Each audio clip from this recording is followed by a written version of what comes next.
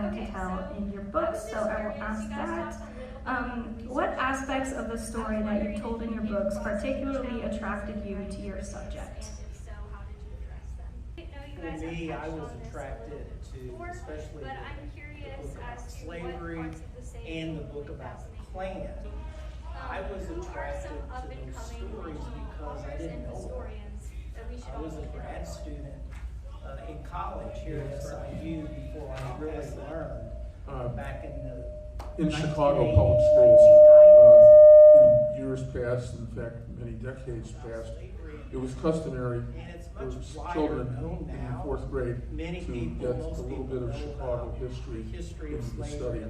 At no other point in grammar school or high school, Chicago history ever and that's again what was really taught. intrigued So me. in fourth grade, And the I same heard the thing stories with about Fort Dearborn. Klan, I heard the stories about the World's Fair and the Chicago Fire.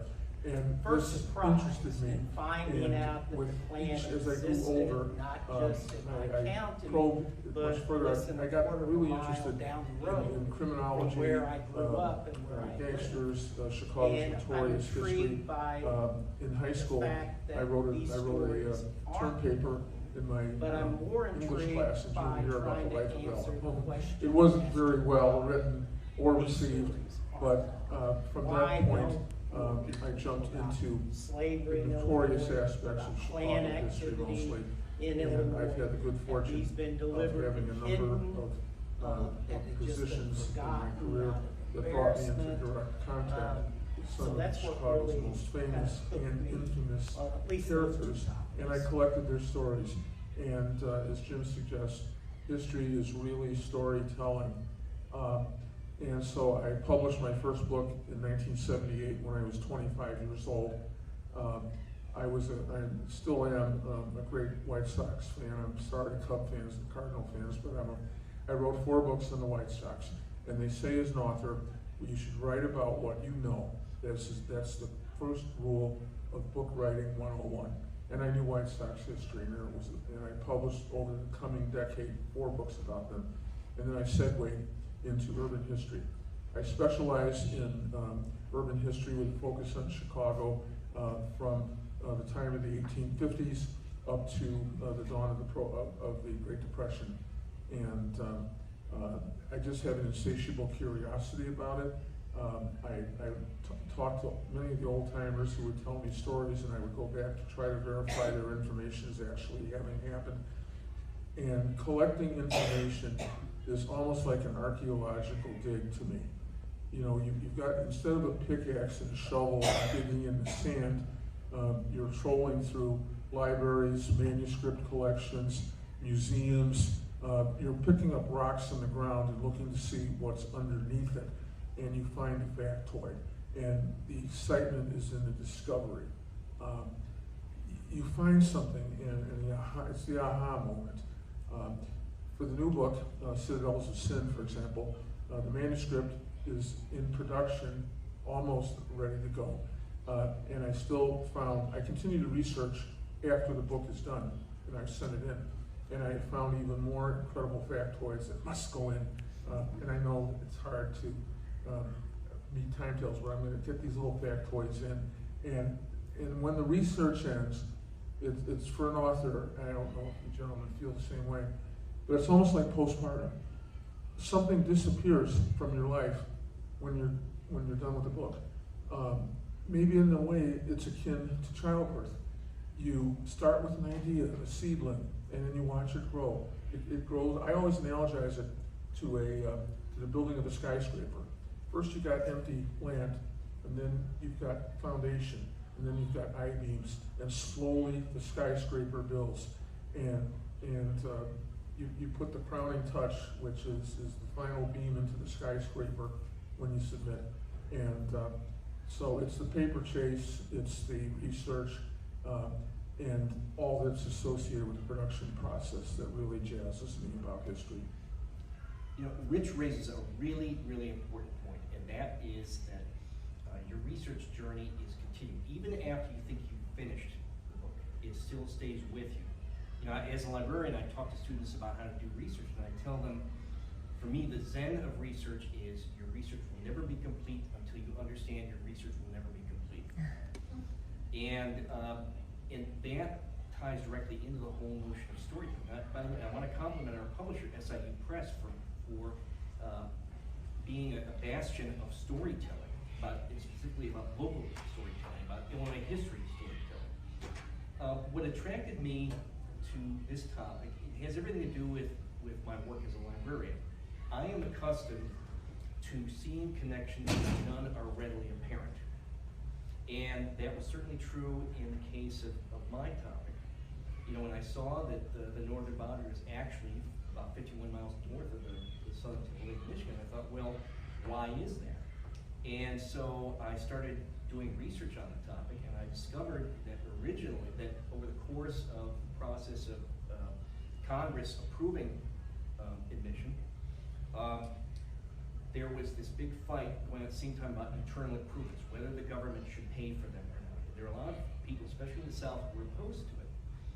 And as I say, the statehood bill was traveling through Congress at the same time, and there were provisions that provided for paying for internal improvements. And I think Nathaniel Pope, who was the territorial delegate, saw that this could endanger his bill. So what he did was he took out the provisions about roads and canals, and he said, you know, we don't really need that. We got this wonderful water infrastructure already, but you know what would help is if you could raise that northern boundary about 51 miles north. And what did that do?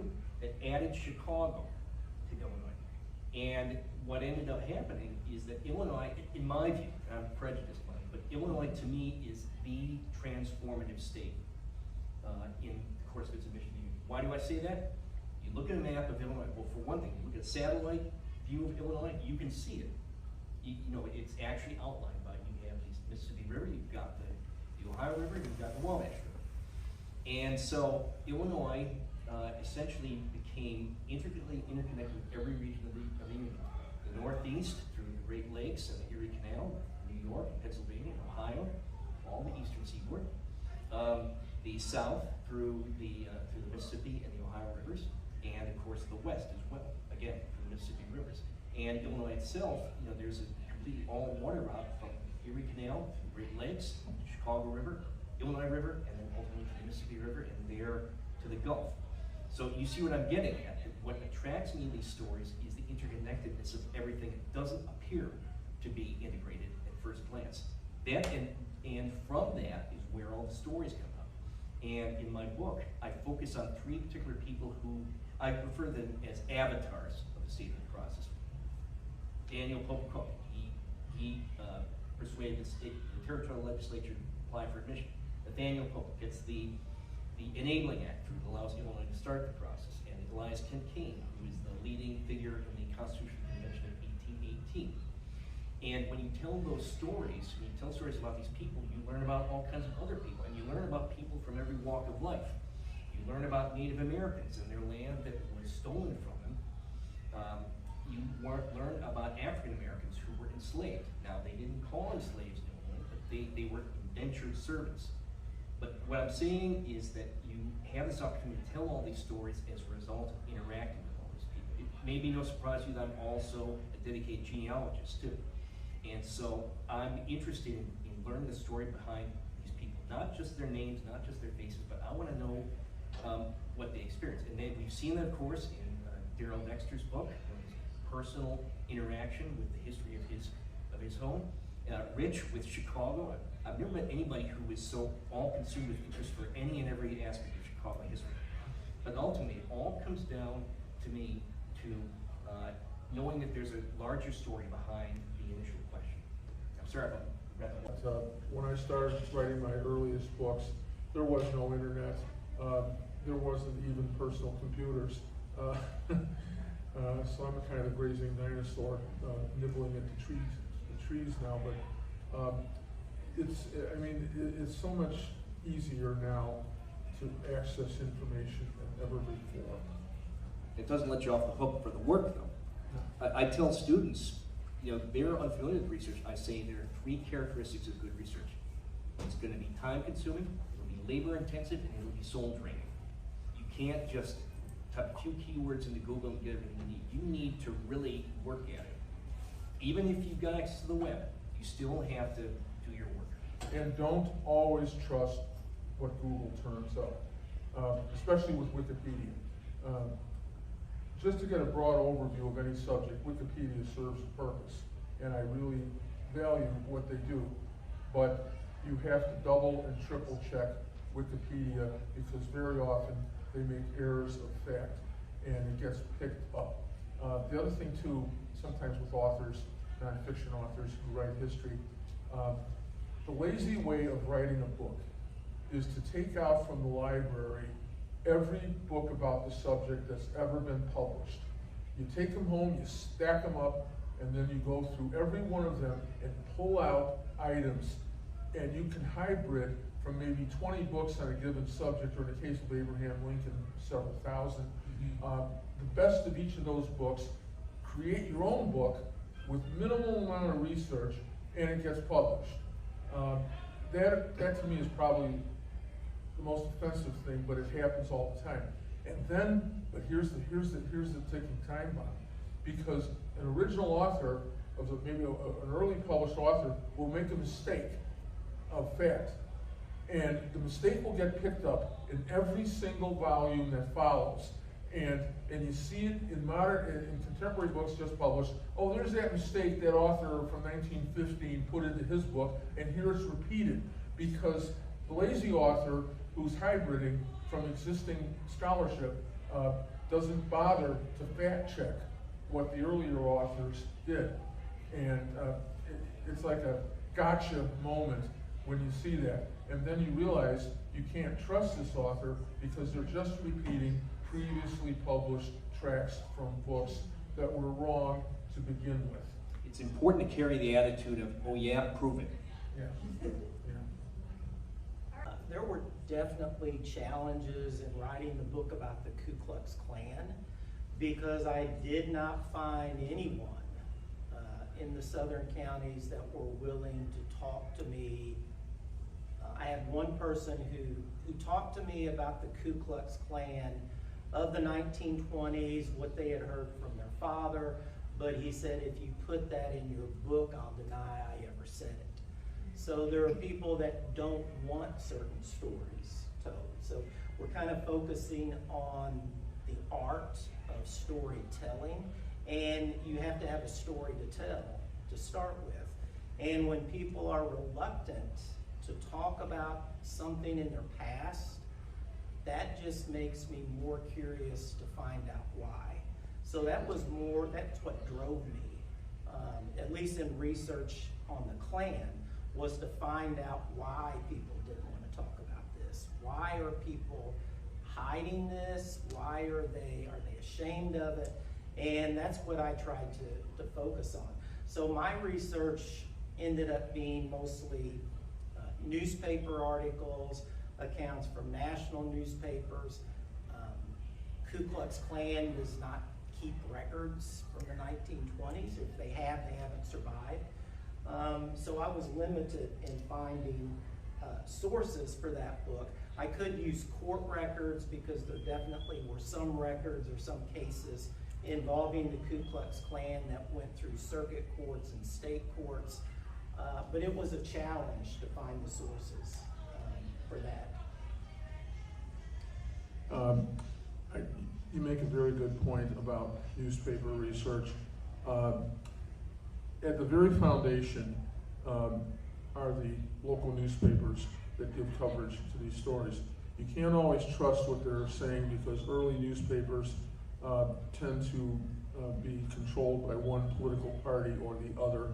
So their news accounts are often checkered with a lot of bias in favor of the particular political party that happened to be in power. In Chicago, mostly it was Democrats, but we did have Republican newspapers.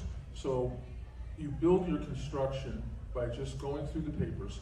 The Chicago Tribune is the only Chicago newspaper that is on the ProQuest database, which I rely on extensively.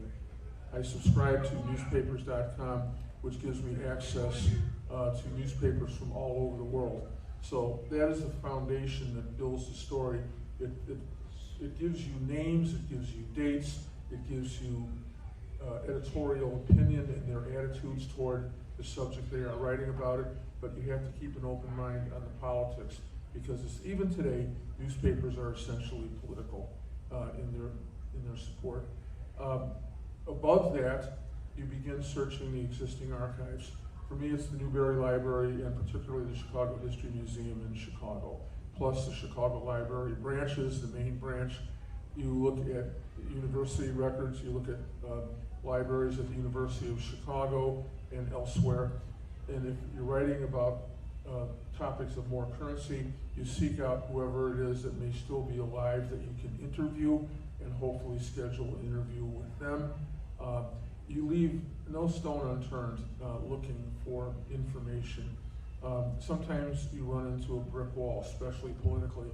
I did my graduate thesis on police corruption in Chicago, and I went all the way up to the superintendent's office seeking access to a purported hidden archive in the basement of Chicago Police Headquarters. Imagine a dirt floor and metal shelving and a single light bulb swinging to illuminate an entire dark, cavernous room of archives. That's what I wanted to see. And I made my appeals all the way up to the superintendent of police, and he curtly informed me that only sworn police personnel have access to those files. And I said, well, is there a room where all of this is contained? And that was my, I had the swinging light bulb and the dust flying in the air. That's what I imagined. And he said, well, frankly, those archives are dispersed around 20 different warehouses in Chicago. I got to serve and collect written and published, but there was so much more that I just couldn't get access to. Freedom of Information Act, FYA, is very helpful to try to force release of documents in Washington, D.C., in the Library of Congress and other agencies. But filing a FOIA request typically takes maybe 1 to 2 years, and by the time you've moved on, and they hope that by delaying you with an approval that you'll lose interest in it and you'll give up, which often happens. So research can come unexpectedly from anywhere. Anything, anybody can be a source of information. So in a way, the nonfiction author is a historical detective. You're doing the same things that a typical classic gumshoe like Sherlock Holmes would be doing, except that you're on what I call this paper chase. But it's fun, it's frustrating sometimes, but it's the joy of discovery.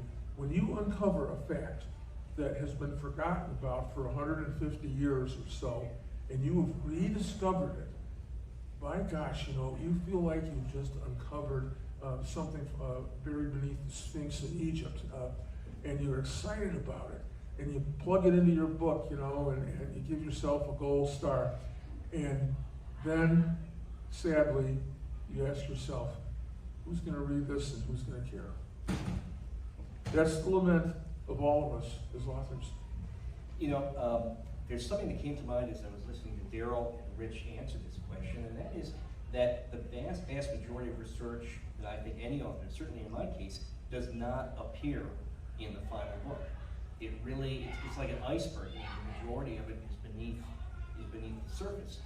And my daughter is studying to be an actor, and she talks about when she inhabits a role, she's building the backstory. And she's wondering, what is it that motivates this person? How did they come to be the person they are? Where were they born? What are their favorite foods? That kind of thing. And the same thing goes into research. I'll give you an example. In the course of my book, I talk about Daniel Cook, who, as I said, was instrumental in getting the territorial legislature to apply for statehood. At one point in his effort to make that happen, he took a voyage across the Atlantic Ocean to London to deliver to John Quincy Adams his appointment as Secretary of State by James Monroe. And I read that he was traveling on something called a packet ship. So I read up everything I could find about packet ships. I wanted to know how they were constructed. I wanted to know how long it took them to get across the Atlantic Ocean. I wanted to know what kind of food he was likely to be served. Because I think that voyage, both to London and back, served as a really important period for him to contemplate what his next move was. Because everything had to do with his own personal ambition, you see. And so So that's what I always bear in mind. There's a lot more that goes on. There's a lot more research. I'm sure you probably didn't use half the you didn't end up using half the sources in your books, right? Oh, yeah. Very often when you write a book, the best information comes out immediately after your book is published. It never fails. Yeah, I'm still finding information. You know, the book has been published now for 3 years, I think, and there's still material that's coming to my attention. Like I say, it will never be complete until I understand it will never be complete.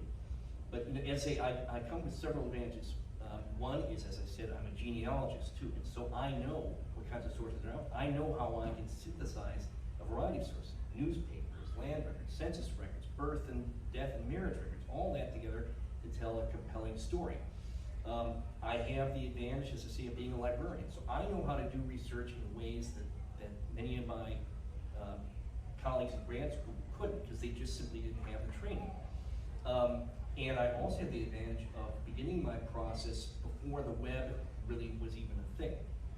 And so I knew that it was going to take a long time to find material. So for example, when I was researching Nathaniel Pope, I was aware that there had just been a publication that came out from Government Printing Office in Washington, papers of former members of Congress.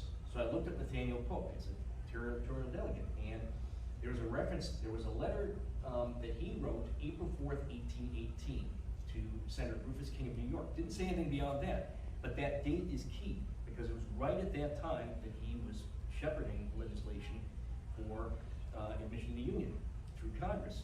And so it was at the New York Historical Society. So I wrote them, I said, can you send me a copy? And they said, sure. And oh, by the way, we have this 20-page document by Rufus King about Illinois statehood. And I said, I want to see that too. So they sent that to me. And I was the first person who run across this in 200 years. And that goes that whole idea of the joy of discovery. You know, I'm very proud of that. And I know the two of you have had those kinds of aha moments too.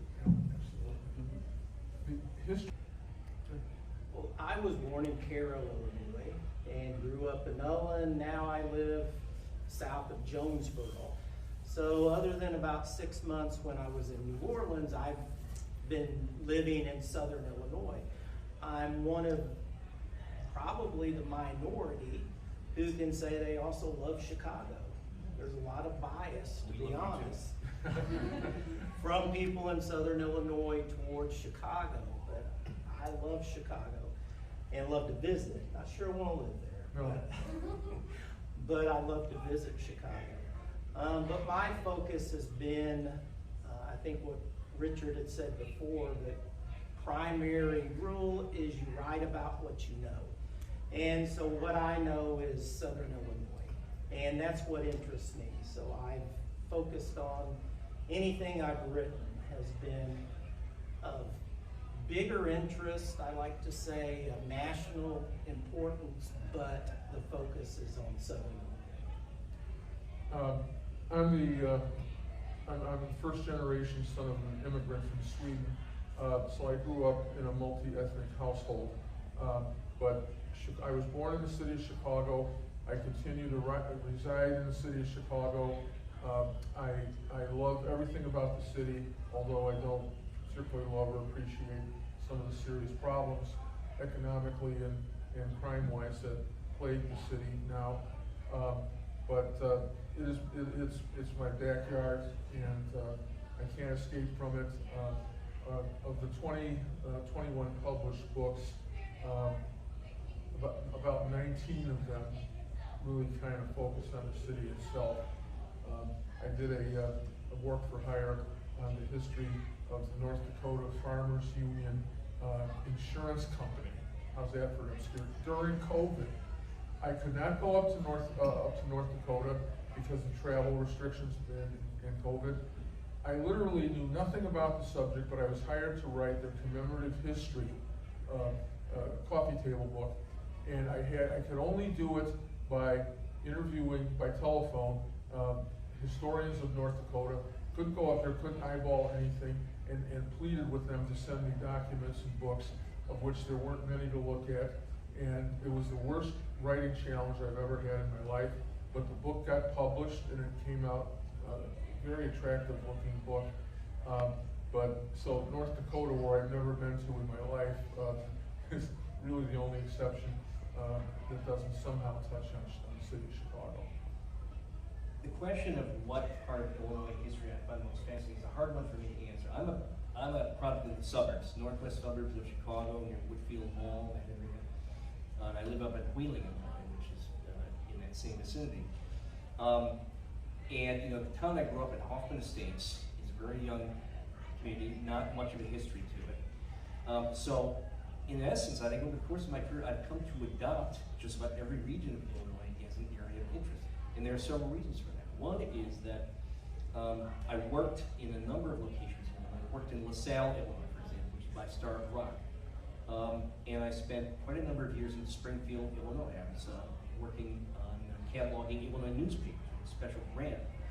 And I prided myself on really becoming sort of a master of Illinois geography. If you name a town, I can probably tell you what county it's in. And in going through each of these newspapers, as a cataloger, you have to pay attention to details.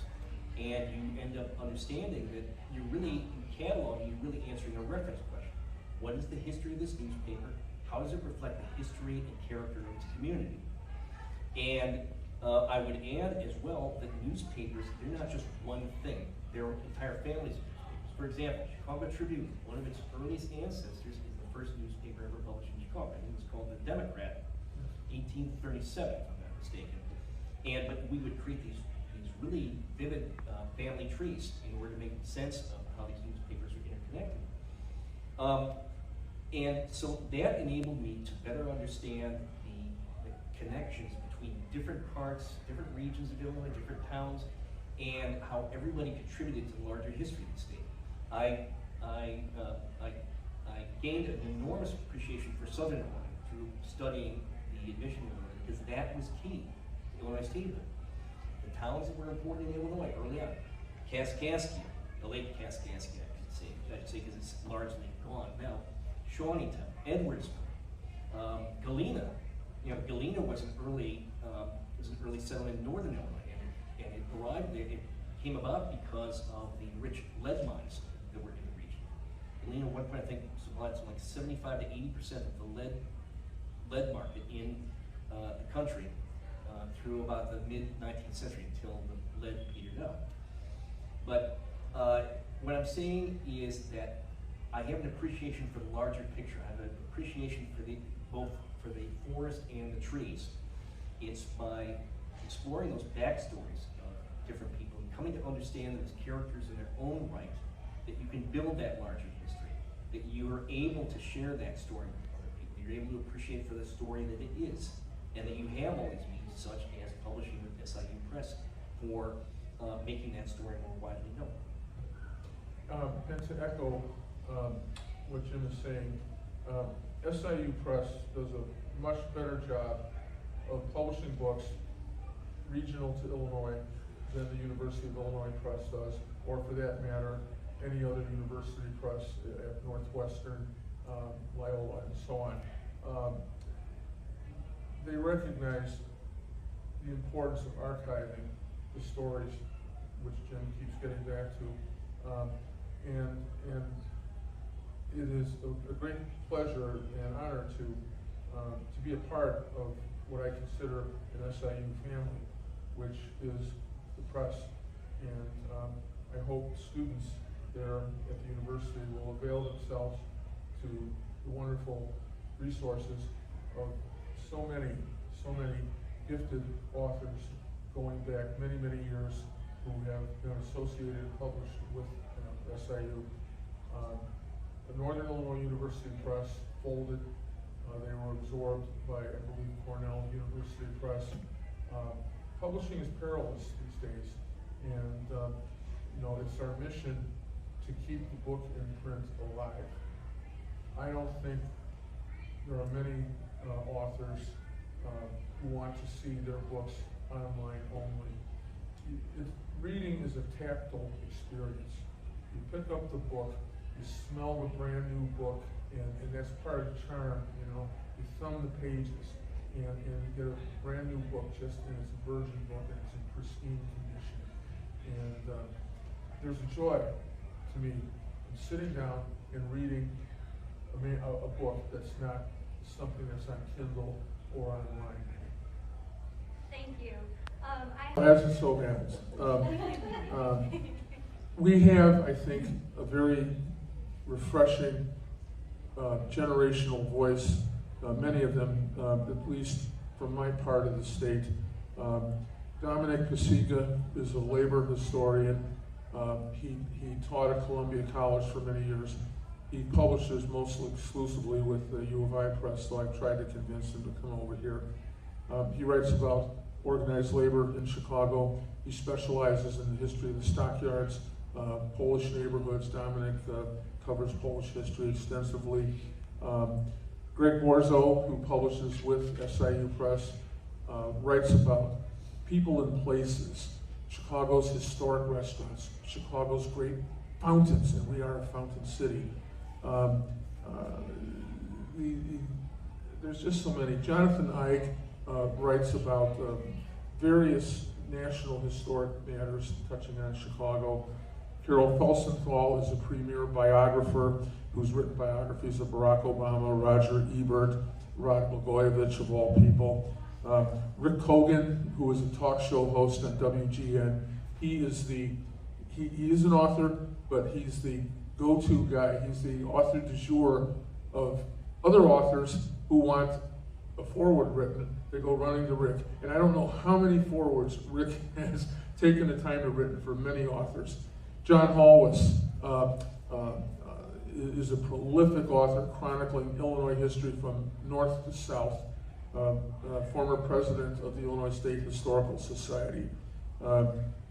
Jim Mariner, who writes about Cook County politics. Dempsey Travis, who wrote wonderful African American history, died some years ago, but his voice resonates. June Sawyers, a very quiet, diminutive woman who lives in the South Loop of Chicago, has written everything from biographies of Rick's, of musical personalities. She did one on Bruce Springsteen, to Chicago's most famous beer houses in the city. And so the range of subject matter is very wide, and and perhaps you gentlemen can talk about downstate a little bit. Well, there are several historians I can think of right off the bat. There's Bob Sampson, who's a retired faculty at Millikan University, who wrote a wonderful book about the history of baseball in the 19th century in Illinois. Just a marvelous topic. And he's also a former newspaper man. He worked for the Decatur Herald. He's just got stories up one side and down the other. I'm after him to collect those stories and publish them as well. There's a friend of mine who hasn't published anything yet, but I think she's going to be somebody to recommend. Her name is Anna Sielaff. That's S-I-E-L-A-F-F. Her area of expertise is the history of women's baseball in Illinois. I'm interested in these topics that have largely been uncovered up to this point. That certainly qualifies. Graham Peck, who is a professor at the University of Illinois Springfield, his area of expertise is mid-19th century and is written, for example, about Stephen A. Douglas. But let me mention a couple of classic authors I think it's important to acquaint yourself, because any author you read for the first time is a new author.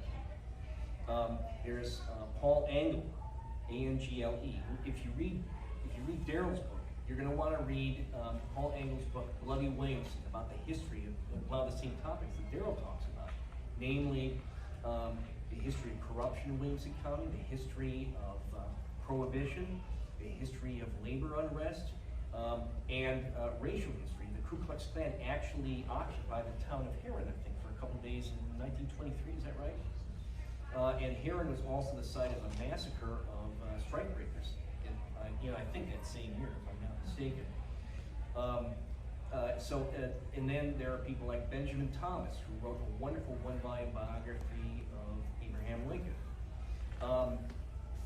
There are, one of my heroes is a fellow who wrote a book called Illinois in 1818. Boy, I don't know why his name doesn't what's that? Oh, Solon J. Buck, who is, I think, to me, it's interesting that he was born he died the same year I was born, and if I'm standing on any giant's shoulders, it's Solon Buck, because he really laid the groundwork for people like me to talk about Illinois statehood. So I would say it's not just a matter of people who are up and coming. You definitely want to learn about them, and I encourage you to attend the conference on Illinois history, where you can meet a lot of these people. But it's a matter of becoming acquainted with the existing historiography of Illinois and getting to know those people as well. They all have a story. They all have stories to tell, and that's what I look for in reading any good book. And we've had some very distinguished national authors. Edgar Lee Masters, for one. Bessie Louise Pierce, who in the 1920s and 30s wrote really the most influential history of Chicago. David Herbert Donald, James G. Randall, Carl Sandburg. How can we overlook Carl Sandburg, who wrote the wonderful multi-volume biography of Abraham Lincoln, which so many of the other Lincoln biographies stand upon. William Shire, the World War II correspondent, who wrote a book called Berlin Diary when he was a war correspondent living in Hitler's Germany. Edwin O. Gale, early chronicler of frontier Chicago. Frederick Francis Cook, Henry Justin Smith, and the list goes on and on. We are a very literary state, and we haven't even talked about novelists and fiction writers. Well, I was going to say, if you go to Springfield, visit the Illinois State Library, there at the very top, there's a line of names of authors from Illinois.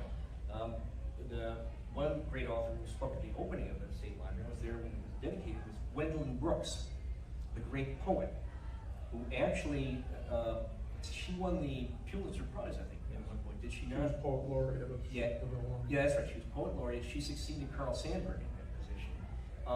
Mike Royko, one of my all-time favorite Chicago columnists. Ring Lardner, who, although he was from Michigan, we'll let that slide, but he was a sports writer for the Chicago Tribune. He wrote wonderful stories that Ernest Hemingway said served as his role model in writing. Hemingway worked in Oak Park, and he was born in Oak Park. And that alone is a great story, although he pretty much separated himself from Illinois as his career took off. We nevertheless can claim him as a native son. There's also Don Marquitz, who was from Walnut, Illinois. He wrote a series of stories about a cockroach named Archie, who would type stories on his typewriter overnight, and he would publish these. I mean, he made up the story, obviously, but there's also Black Hawk. Let's not forget him. His great autobiography. I think that the history of our state really is best told when we focus upon previously unheard voices. That, to me, is more important than anything else. Thank you guys so much. That